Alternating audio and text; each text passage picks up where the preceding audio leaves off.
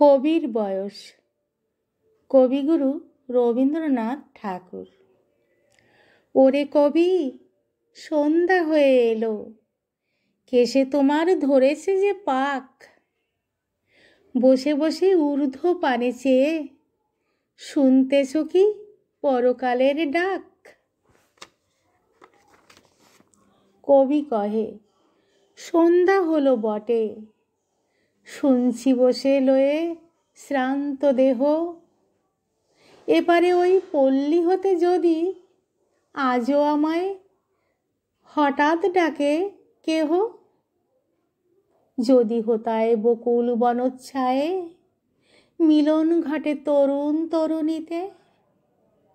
দুটি আখির পরে দুইটি আখি মিলিতে চায় দুরন্ত সঙ্গীতে।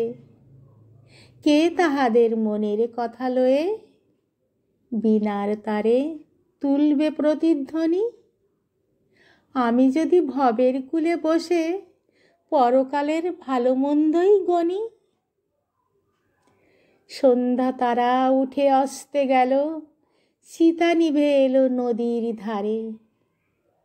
কৃষ্ণপক্ষে হলুদ বর্ণ চাঁদ দেখা দিল বনের একটি পারে। শৃগাল সভা ডাকে ঊর্ধ্ব রবে পোড়ো বাড়ির শূন্য আঙিনাতে। এমন কালে কোনো গৃহত্যাগী হেতাই যদি জাগতে আসে রাতে। জোর হস্তে ঊর্ধ্বে তুলি মাথা, সে দেখে সপ্ত ঋষির পানে। প্রাণের কূলে আঘাত করে ধীরে সুপ্তি সাগর শব্দবিহীন গানে। ত্রিভুবনের গোপন কথাখানি কে জাগিয়ে তুলবে তাহার মনে। আমি যদি আমার মুক্তি নিয়ে যুক্তি করি আপন গৃহকোণে। কেশে আমার পাক ধরেছে বটে, তাহার পানে নজর এত কেন। পাড়ায় যত ছেলে এবং বুড়ো সবার আমি এক বয়সী যেন। ওষ্ঠে কারো সরল সাদা হাসি, কারো হাসি আখির কোণে কোণে। কারো অশ্রু উছলে পড়ে যায়, কারো অশ্রু শুকায় মনে মনে।